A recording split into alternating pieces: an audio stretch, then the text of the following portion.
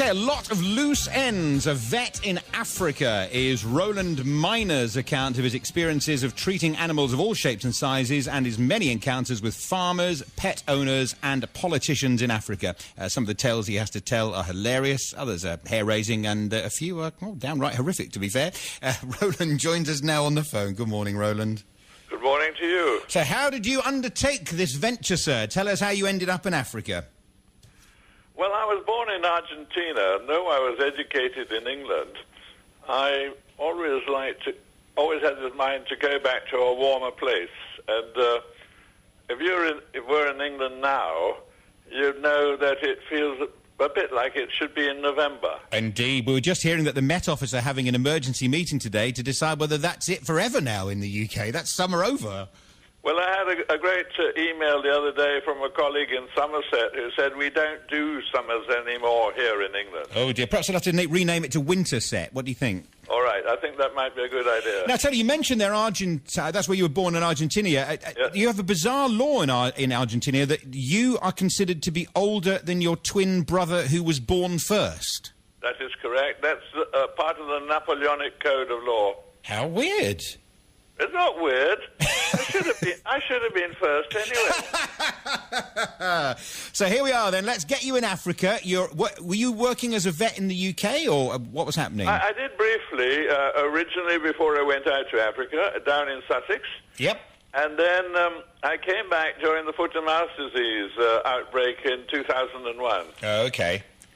And you then headed off for Africa. What was it that made you one day say, Sussex? Nah. Africa? Yeah, okay. Well, actually, it was one of my teachers who suggested I go there. Okay. And when I got there, it was very exciting, enjoyable. Of course, there are moments which are not so good. Yeah. But on the whole, sum total, I'd say very positive. I liked the people. And it's got a very, sometimes I say an equitable climate, but seldom unpleasant. I'm guessing that you were dealing with slightly different animals than you were in Sussex, then. Well, actually, that's not true. I was mainly dealing with cattle. That's always been my interest. Look, I would say I was born in Argentina, and my first interest was in cattle. Fair enough. Some of the best beef in the world. Yeah, you're right. But not the best, because I'm from Scotland, so I can't have it saying it's better than Angus. I'm going up there next. Oh, are you? So Africa to Scotland. You might find it slightly easier. I hope the weather's better than it is down here in London. Can't guarantee that. Can't guarantee that. So tell us about being a vet in Africa. Were there any animals there that you met who kind of regarded you as dinner rather than there to help them?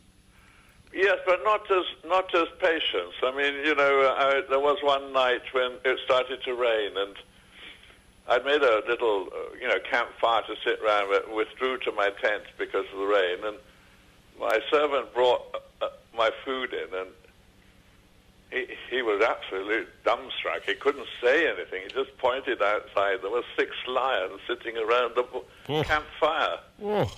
Yeah, well, that was one of my experiences. But on the whole, people talk about lions. They talk about snakes.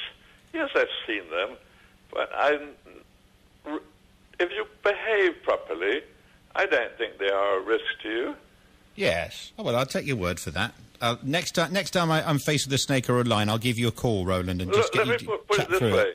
On the whole, snakes move away from you. Unless you trap them in a corner, then they have to attack you. Yes. That's fair enough. I think, for example, almost the most common animal I saw injured by snakes were dogs. And, of course, they won't leave them alone. Yeah. I think humans are more sensible. Move the other way. No, fair enough. Yeah.